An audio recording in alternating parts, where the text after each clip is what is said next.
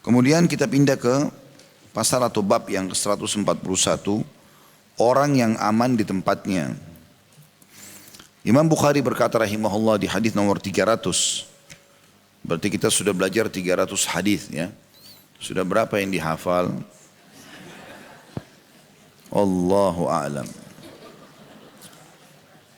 Baik, Imam Bukhari berkata, Bishr Ibn Marhum mengabarkan kepada kami, ia berkata, Marwan bin Muawiyah mengabarkan kepada kami dari Abdurrahman bin Abi Shumailah Al-Ansari Al-Qubai an Salamah bin Ubaidillah bin Mihsan Al-Ansari radhiyallahu anhu an abihi an Nabi sallallahu alaihi wasallam qala man asbaha aminan fi sirbi mu'afan fi jasadi indahu ta'amu yaumih faka'annama hizat lahu dunya.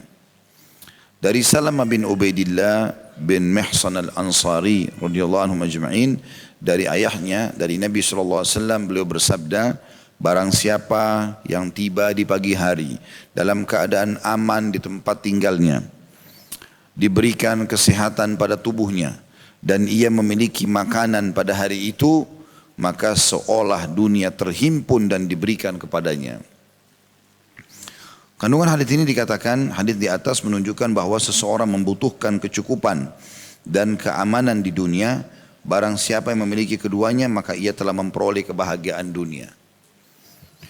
Kita masuk ke syarah hadis. Teman-teman sekalian, hadis ini adalah hadis, kalau saya bahasakan, sumber kebahagiaan seorang muslim. Sumber kebahagiaan seorang muslim. Kenapa sumber kebahagiaan? Karena Nabi SAW memberikan kepada kita kata kunci kebahagiaan. Dengan 3 hal, kalau kita dapatkan di pagi hari, selesai.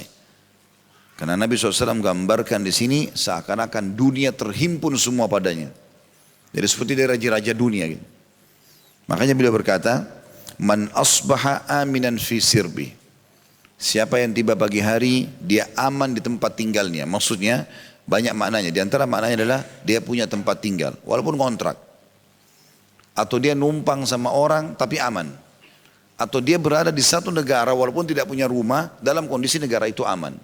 Semua masuk maknanya di sini. Jadi kayak kita, alhamdulillah, kita harus banyak bersyukur Indonesia Allah berikan keamanan. Bahkan di saat banyak negara sekarang ditimpa dengan virus, kita masih Allah amankan, padahal mudah sekali tersebar gitu kan. Harusnya kita banyak bersyukur. Bagaimana Allah berikan kemerdekaan, bagaimana Allah berikan keamanan, kita masih bisa hidup, dagang ini, dagang itu, walaupun ada suka dukanya. Tetapi kalau kita lihat negara-negara lain, kita masih harus banyak bersyukur kepada Allah SWT. Alhamdulillah, kita aman, kita tentram gitu kan. Bahkan banyak pengunjung datang ke negara kita merasa puas. Kita mau berbagai macam makanan gitu. Bahkan ada banyak tamu-tamu dari luar negeri saya bawa di Indonesia, cobain banyak buah-buahan, mereka kaget, di negaranya nggak ada gitu. Kuasa Allah SWT. Berapa banyak orang-orang yang bule datang ke Bali, kemana, alasannya karena cuaca bagus, biayanya murah gitu kan. Kita tahu sendiri kita bisa hidup. Beli nasi uduk berapa harganya? Hanya dengan tempe bisa hidup.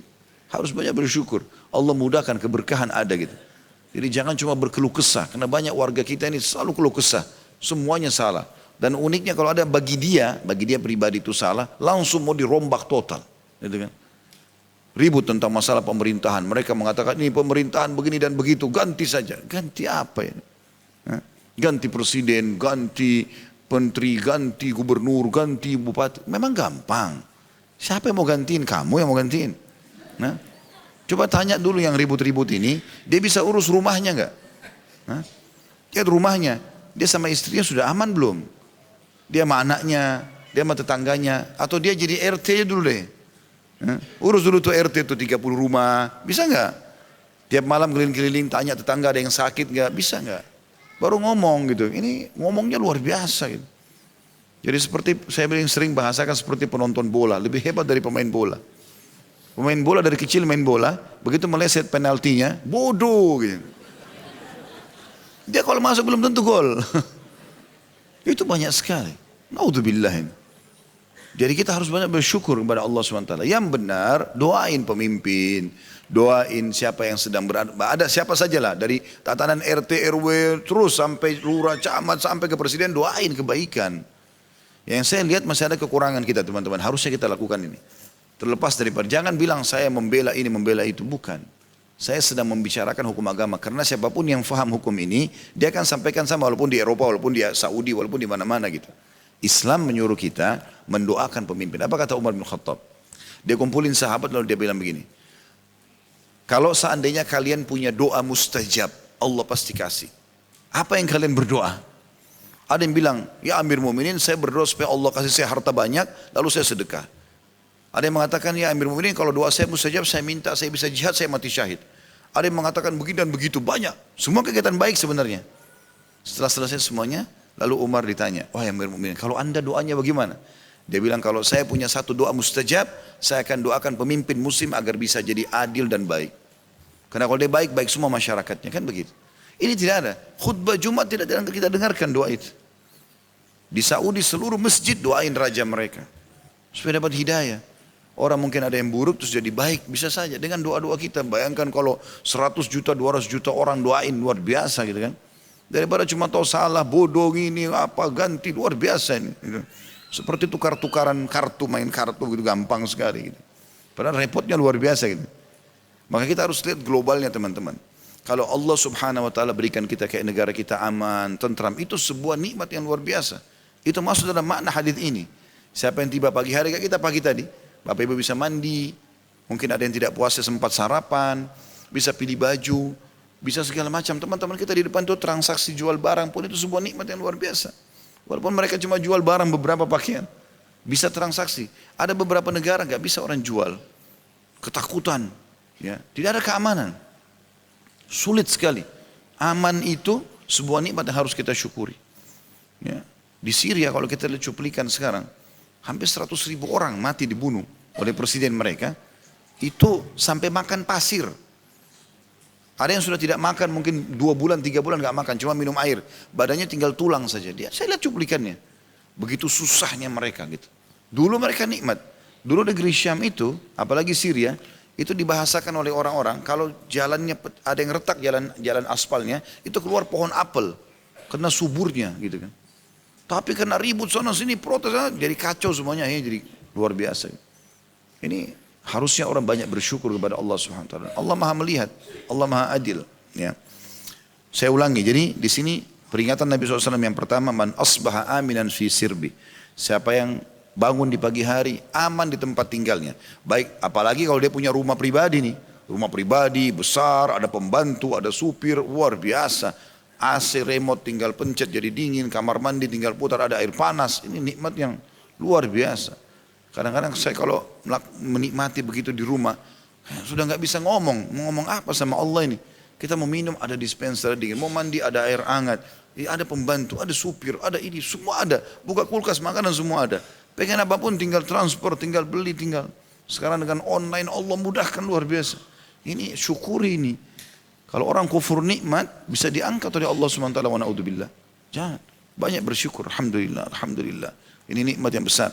Dia kalau punya rumah. Atau dia punya kontrakan. Juga masuk dalam masalah. Yang penting dia aman. Atau dia tidak punya rumah sama sekali. Tapi berada di satu wilayah yang aman. Itu masuk dalam hadis ini. Karena dia masih bisa tidur di bawah pohon. Tidak ada yang ganggu dia. Gitu kan. Saya pernah lewat di beberapa pinggir kali. Waktu itu di Surabaya. Ada orang tidur pakai kardus.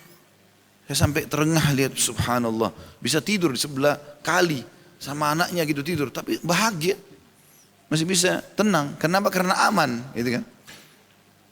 Kemudian peringatan yang kedua, mu'afan fi jasadi. Kalau dia sehat di badannya, saya yakin kalau anda tidak sehat, anda tidak datang ke sini, gitu kan. Alhamdulillah kita sehat. Ini nikmat yang luar biasa. Dalam hadis yang lain kata Nabi SAW, 2 nikmat Allah yang besar yang banyak dilupakan oleh manusia. Kesehatan dan waktu lowong. Itu luar biasa itu. Sekarang lagi sehat begini kita mau minum dingin, bisa minum panas, bisa makan pedas, bisa makan asin, bisa semua yang bisa. Pernah nggak teman-teman bilang Alhamdulillah. Ini sebuah nikmat, harus dipekah kita menangkap itu. Hidung kita ini bisa bernafas. Bayangkan kalau orang lagi flu buntu nggak bisa nafas, susah. Ada orang yang asma, tidak bisa bernafas, sesak nafas. Kita bisa alhamdulillah luasa. Ini nikmat yang luar biasa. Seharusnya teman-teman kita ini bersyukur, mengatakan alhamdulillah kepada Allah. Setiap tarik nafas, setiap hembusan nafas. Tapi itu makin berat. Cuma paling tidak bilang alhamdulillah. Habis sholat 33 kali. Itu pun subhanallah kayak orang kumur-kumur. Alhamdulillah. Ya akhi dan ukhti, alhamdulillah. Alhamdulillah, sambil renungi nikmat Allah. Alhamdulillah, alhamdulillah, alhamdulillah, alhamdulillah. Apa ini alhamdulillah, alhamdulillah ini? Allah. Subhanallah. Subhanallah, satu. Subhanallah, dua. Pelan-pelan. Nikmati itu. Mau kemana buru-buru ini?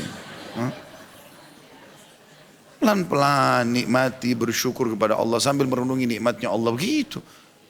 Apa dalam sebuah riwayat, pernah saya jelaskan riwayatnya tapi ada tambahan riwayatnya ya. Ada sahabat-sahabat miskin datang kepada Nabi SAW mengatakan, ya Rasulullah, orang-orang kaya, mereka sholat sebagaimana kami sholat, mereka puasa sebagaimana kami puasa, mereka jihad sebagaimana kami jihad, tapi mereka bersedekah kepada kami, mereka haji dan umrah dari harta mereka. Kita nggak bisa buat itu. Ajarkan kami amalan. Kata Nabi SAW, ada amalan. Kalau kalian kerjakan, tidak akan pernah ada orang yang bisa menyamai pahala kalian kecuali orang yang buat seperti kalian. Apa itu ya Rasulullah? Kata Nabi, baca subhanallah 33 habis sholat.